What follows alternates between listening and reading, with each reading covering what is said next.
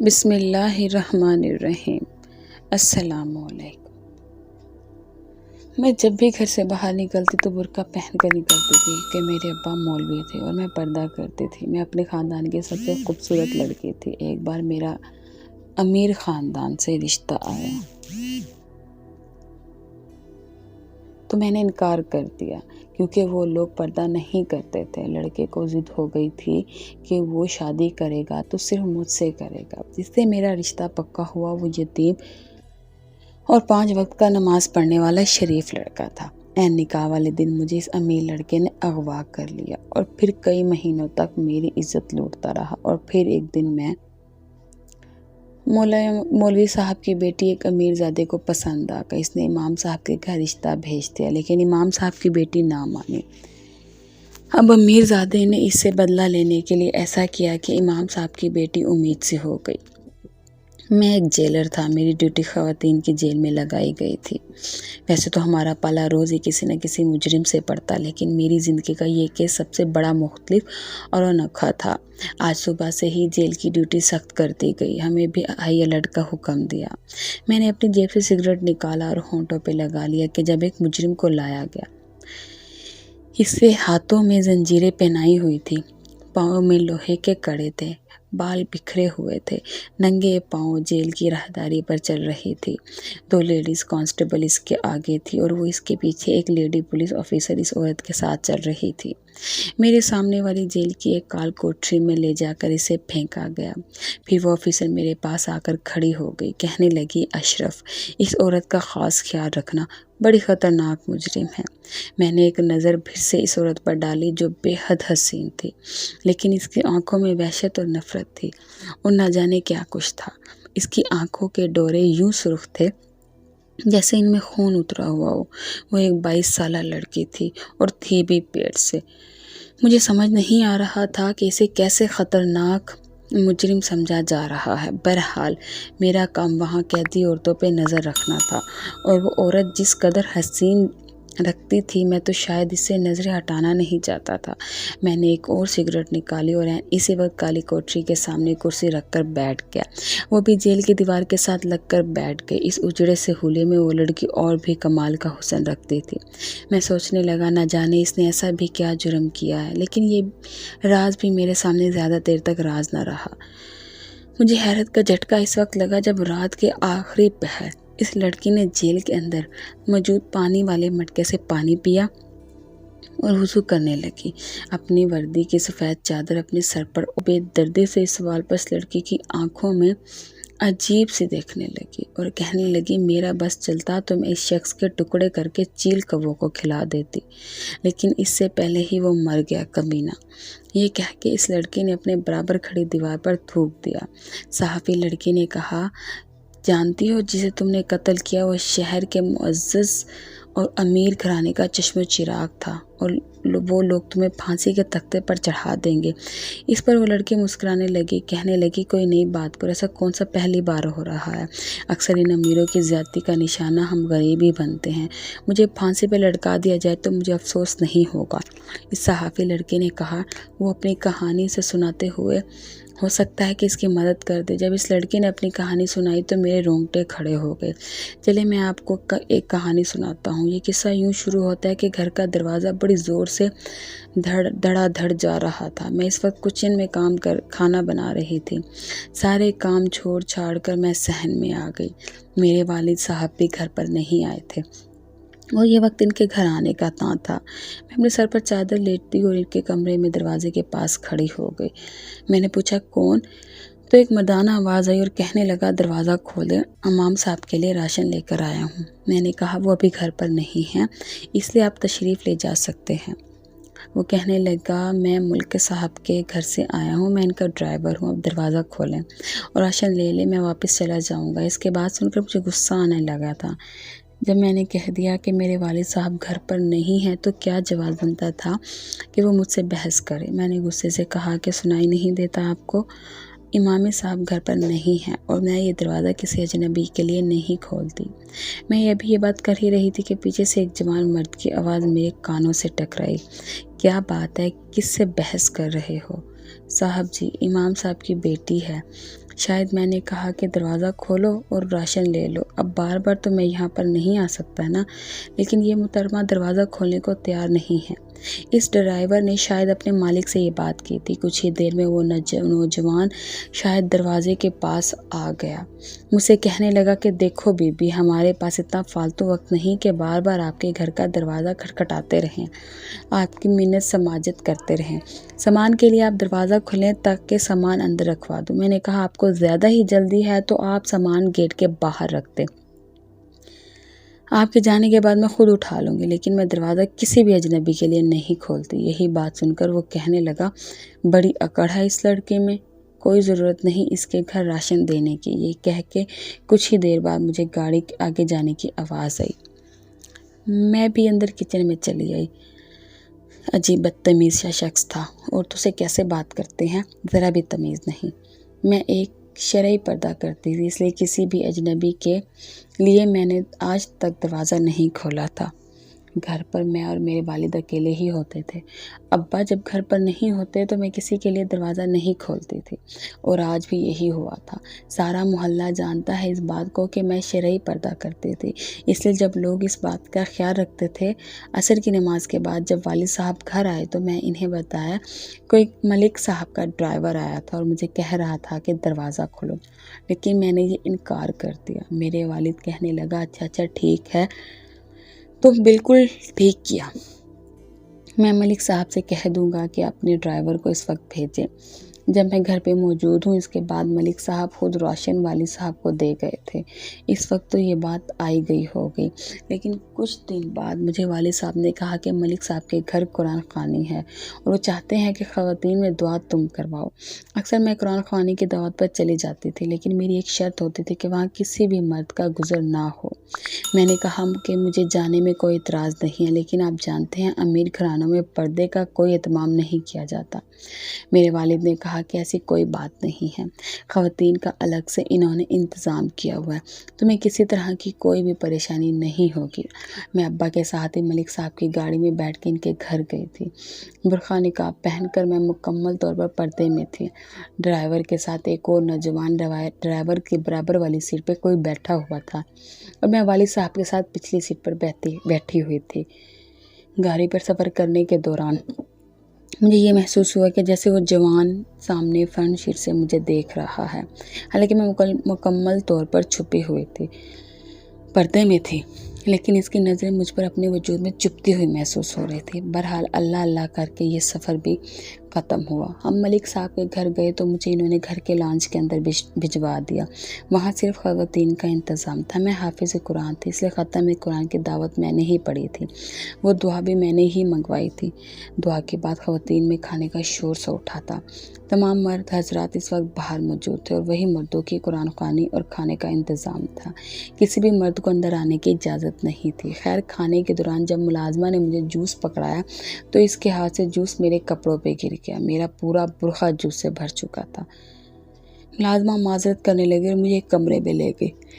کمرے کے دروازے کے پاس لے جا کر کہنے لگی کہ بی بی جی، آپ اندر جا کر اپنا برقع صاف کر لیں۔ میں نے کمرے کا دروازہ کھولا اور اندر چلی گئی اور پھر دروازہ بند کیا اور سیدھی واش روم میں چلی گئی۔ اپنے برقعے کے جس حصے پر جوس گرا تھا اسی کو میں نے پانی سے دھویا، کیونکہ وہ جوس سے بھر چکا تھا۔ لیکن جیسے ہی واش روم سے باہر آئی، کمرے میں ایک نوجوان کو دیکھتے ہی میرے ہوش اڑ گئے تھے۔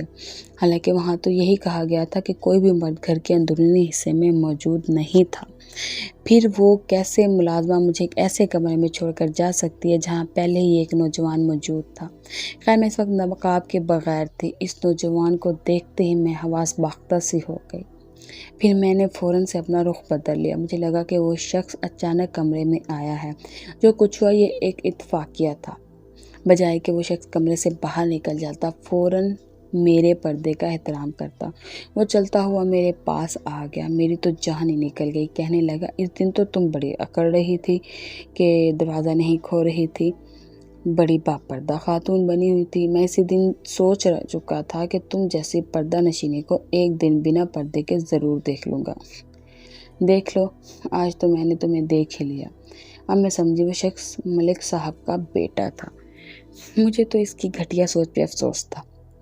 میں نے کہا کہ آپ یہاں سے باہر نکل جائیں، میں شرعی پردہ کرتی ہوں اور آپ کو اس بات کا احترام کرنا چاہیے۔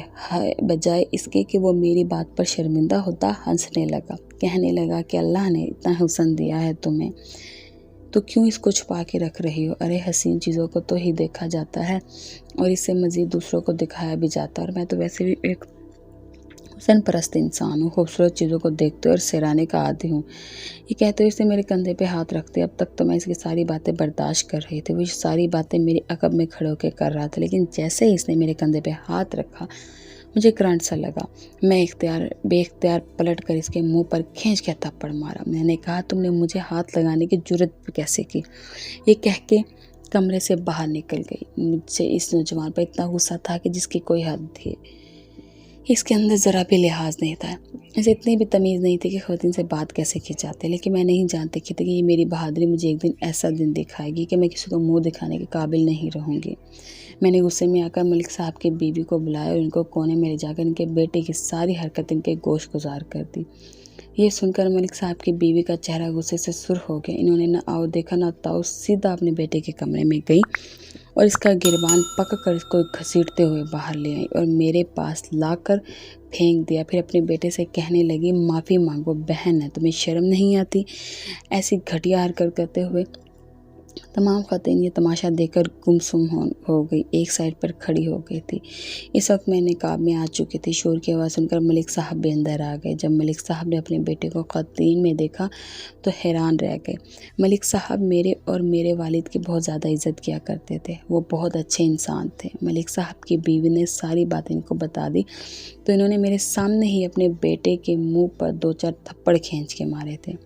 اس لڑکے نے ہاتھ جوڑ کر میرے سامنے معافی مانگی۔ میں اسی وقت اپنے والد کے ساتھ گھر واپس آ گئی۔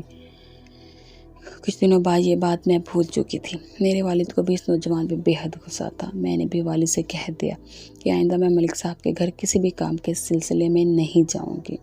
میرے والد کہنے لگے کہ میں خود بھی اب تمہیں ان کے گھر نہیں لے کر جاؤں گا۔ میں نہیں جانتا کہ ان کا بیٹا بدتمیز بد لحاظ قسم کا شخص ہے۔ انہی دنوں میرے والد صاحب کے شاگرد کا رشتہ بھی آ گیا۔ وہ حافظ قرآن تھے اور عالم دین تھے۔ میرے لیے اس سے زیادہ خوش نصیبی کی کیا بات ہو سکتی تھی؟ والد صاحب نے میرے سامنے اس رشتے کا ذکر کیا تو میں نے شرماتے ہوئے یہی کہا کہ ابا جیسے آپ کو بہتر لگے، لیکن میرے والد نے کہا کہ نہیں، میں بیٹی کی رضامندی کو اہم سمجھتا ہوں۔ میں نے مسکرا کر اس بات پہ سر ہلا دیا۔ والد صاحب نے اپنے شاگرد علی سے میری بات پکی کر دی، لیکن اس کے چند دن بعد ہی ملک صاحب اور ملک صاحب کی بیگم ہمارے گھر آئیں۔ چہرے سے لگ رہا تھا جیسے وہ بے حد بے بسی کے عالم میں وہ ہمارے گھر آئی ہیں۔ میں ان کے لیے شربت بنایا، ان کو پیش کیا۔ جب ملک صاحب ہمارے گھر آئے تھے تو میں نقاب کر کے ان کے سامنے آ گئی تھی، کیونکہ وہ مجھے اپنی بیٹی کی طرح ہی سمجھتے تھے۔ وہ لوگ شربت پینے لگے، وہیں میرے والد صاحب نے میرے رشتے کی خوشخبری بھی سنا دی۔ یہ سن کر دونوں میاں بیوی کی رنگت ہی اڑ گئی تھی۔ وہ کہنے لگے ہم تو اپنے بیٹے کا رشتہ آپ کی بیٹی کے لیے لائے تھے۔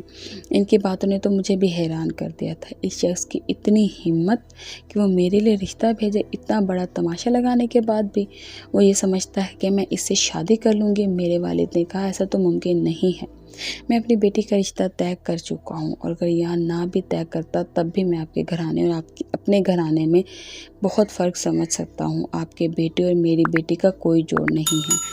یہ بات سن کر ملک صاحب کی بیوی رونے لگی، میرے والد کے سامنے ہاتھ جوڑنے لگی، کہنے لگی کہ آپ کو نہیں پتہ میرا بیٹا آپ کی بیٹی سے محبت کرتا ہے اور اس وقت بھی وہ ہسپتال میں ہے۔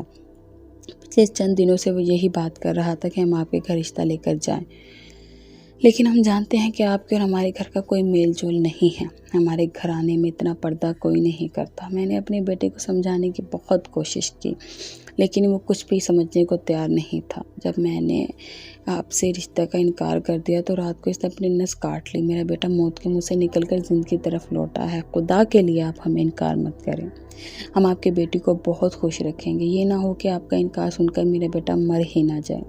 اس سے پہلے کہ میرے والد جذباتی باتوں میں آ کر میرے لیے کوئی غلط فیصلہ کر لیتے، میں نے ملک صاحب کی بیوی سے معذرت کر لی۔ میں نے کہا کہ میں آپ کے بیٹے کے ساتھ شادی نہیں کر سکتی، اس لیے کہ آپ ہمیں مجبور نہ کریں۔ ہم آپ کے سامنے ہاتھ جوڑ کر اس رشتے سے معذرت کرتے ہیں۔ میری بات سن کر وہ عورت اپنے آنسو پوچھتے ہوئے کھڑی ہو گئی۔ ملک صاحب بھی کھڑے ہو گئے۔ وہ لوگ ہمارے گھر سے جا چکے تھے، لیکن جو طوفان اس کے بعد آیا وہ مجھ سے میرا سب کچھ چھین کر ہی لے گیا تھا۔ میرے والد نے علی سے میری شادی بہت جلد طے کر دی۔ وہ نہیں چاہتے تھے کہ ملک صاحب دوبارہ میرے لیے کوئی سوال لے کر آئیں۔ میں ایک امام صاحب کی بیٹی تھی۔ میری شادی سادگی سے ہی ہوئی۔ خوب اندھیرا سا چھا گیا۔ اس سے پہلے کہ میں اس ماحول کو سمجھنے کی کوشش کرتی، جب میرے منہ پر کسی نے ہاتھ رکھ دیا۔ ہاتھ رکھتے ہی میرے ناک پر ایک ایسی تیز بدبو ٹکرائی، میں اپنے حواس کھو بیٹھی۔ میں نہیں جانتی کہ میرے ساتھ کیا ہوا تھا، لیکن جب مجھے ہوش آیا میں ایک اندھیرے کمرے میں بند تھی۔ اس وقت بھی میں غنودگی کی حالت میں تھی، لیکن جو گناہ میرے ساتھ ہو چکا تھا مجھے اس کا احساس اچھی طرح سے ہوا تھا، لیکن زیادہ تر میرا دماغ گھوم رہتا تھا۔ میں نہیں جانتی تھی کہ میں اس نشے کی حالت میں کب تک وہاں پڑی رہی، لیکن جب مجھے ہوش آیا تو میں اپنے آپ سب کچھ گنوا بیٹھی تھی۔ جب میں نے اپنے وجود پر نظر دوڑائی، اپنے وجود کو دیکھ کر مجھے زوردار جھٹکا لگا۔ خود کو دیکھ کر میں پھوٹ پھوٹ کر رونے لگی۔ مجھے پتہ ہی نہ چلا میں کب امید سے ہو گئی۔ نہ جانے میں کتنے مہینے سے بے ہوشی کے عالم میں تھی۔ مجھے اپنے آپ سے گھن آ رہی تھی۔ میرا دل چاہ رہا تھا کہ زمین پھٹ جائے اور میں اس میں سما جاؤں۔ یہ کیسی بے بسی تھی، میرا کیا قصور تھا؟ مجھے گھر سے اٹھایا گیا، کون تھا جسے میرے ساتھ یہ ظلم کیا؟ میرے دماغ کا پردہ بالکل خالی تھا۔ میں نہیں جانتی تھی کہ میرے ساتھ ایسا کیوں ہوا تھا۔ بس اتنا یاد آنے لگا کہ میرا نکاح تھا، اور نکاح کے عین وقت ہمارے گھر کی لائٹ چلی گئی اور میری آنکھوں کے سامنے اندھیرا چھا گیا۔ میں نہیں جانتی تھی کہ وہ اندھیرا ہی میری زندگی کو ہی نگل گیا۔ میں جتنا روتی اتنا کم تھا۔ میرا دل چاہا کہ حرام موت اختیار کر لوں، اپنے آپ کو ختم کر لوں۔ میں بھی نہیں سوچے میں غرق تھی کہ جب میرے کمرے کا دروازہ کھلا، سامنے آنے والی عورت ایک 40 سالہ عورت تھی۔ میرے لیے کھانا لائی تھی۔ میں نے کہا کہ مجھے کب سے یہاں رکھا گیا ہے، لیکن وہ میرے کسی سوال کا جواب نہیں دے رہی تھی۔ میں نے یہ بھی پوچھا کہ مجھے یہاں کون لایا ہے، لیکن وہ اس بات پر بھی چپ رہی۔ رات کو کمرے کا دروازہ کھلا تو جو شخص اندر داخل ہوا، اسے دیکھ کر تو میرے ہوش ہی اڑ گئے تھے۔ وہ وہی ملک کا بیٹا تھا۔ مجھ سے کہنے لگا، بڑی پارسا بنتی پھرتی تھی تم، دیکھو میں نے تمہیں پردہ دار سے وحشیہ بنا دیا۔ یہ سن کر تو میرا دماغ چکرا کے رہ گیا۔ کہنے لگا، پچھلے 4 مہینے سے اس کمرے میں ہر روز ایک نیا مرد لاتا ہوں، وہ تمہارے ساتھ وقت گزارتا ہے۔ مجھے لگا میرا دماغ میں دھماکے ہونے لگے۔ پھر وہ بولا، تمہیں تو یہ تک معلوم نہیں کہ تمہارے وجود میں پلنے والا بچے کا والد کون ہے؟ جو شخص مجھ سے کہہ رہا تھا، میرا جی چاہ رہا تھا کہ اس کو قتل کر دو۔ پھر کہنے لگا، یہ اس تھپڑ کا جواب ہے، مقدس بی بی، جو تم نے میرے منہ پہ مارا تھا۔ تم نے میری بے عزتی کروائی تھی، آج میں نے تمہیں کہیں بھی منہ دکھانے کے قابل نہیں چھوڑا۔ تمہاری بہت سی شرمناک ویڈیو میں نے وائرل کر دی ہیں۔ لوگ تمہیں جسم فروش عورت کے نام سے جانتے اور پہچانتے ہیں۔ مجھے لگا کہ میں جیتے جی مر چکی ہوں۔ میرا تو ہاتھ آج تک کسی نے نہیں دیکھا تھا، اور آج اس شخص نے تو میری آنکھوں سے آنسو بہنے لگے۔ اس وقت مجھے اپنے والد کا خیال ہے، وہ تو ایسی شرمناک حقیقت کو جان کر کہیں غیرت سے مر ہی نہ گیا ہو۔ اس وجہ مجھے تڑپا کے رکھ دیا۔ میں نے کہا، میرے ابا کہاں ہے؟ میری بات پردہ کہنے لگا اور ہنسنے لگا، بڑا ہی غیرت مند باپ تھا تمہارا۔ تمہاری پہلی ویڈیو ہی وہ برداشت نہیں کر سکا اور دل کے دورے سے مر گیا۔ یہ سننا تھا کہ میرے اندر تو آگ سی لگ گئی۔ اسی وقت میرے سامنے اسٹیل کا گلاس پڑا تھا، میں نے وہی اٹھایا، اس بے ساختہ وارث کے سر پہ دے مارا۔ میں غم اور غصے سے پاگل ہو گئی۔ اس کے سر سے خون بہنے لگا۔ نہ جانے اس وقت مجھ میں اتنی طاقت کہاں سے آ گئی تھی۔ میں نے اس وقت تک اس کو نہیں چھوڑا جب تک کہ وہ مر نہیں گیا۔ یہ کہتے ہوئے مقدس کی آنکھوں میں اس شخص کے لیے بے ساختہ نفرت تھی، اور وہ ایک مرد ہوتے ہوئے ایک مرد کی صفاقی سن کر میری آنکھوں سے آنسو جاری ہو گئے۔ ہمارے معاشرے کی یہ ایک تلخ حقیقت ہے کہ عورت جب بھی مرد کی بدتمیزیوں پر آواز اٹھاتی ہے تو اس کا منہ ایسے ہی بند کر دیا جاتا ہے۔ تو ناظرین، یہ تھی آج کی ہماری کہانی۔ ویڈیو اگر پسند آئے تو لائک اور شیئر ضرور کیجیے گا، اور ہمارے چینل کو ضرور سبسکرائب کیجیے گا تاکہ ہر آنے والی ویڈیو کا نوٹیفیکیشن بر وقت آپ کو مل سکے۔ شکریہ۔ اللہ حافظ۔ جزاک اللہ خیر۔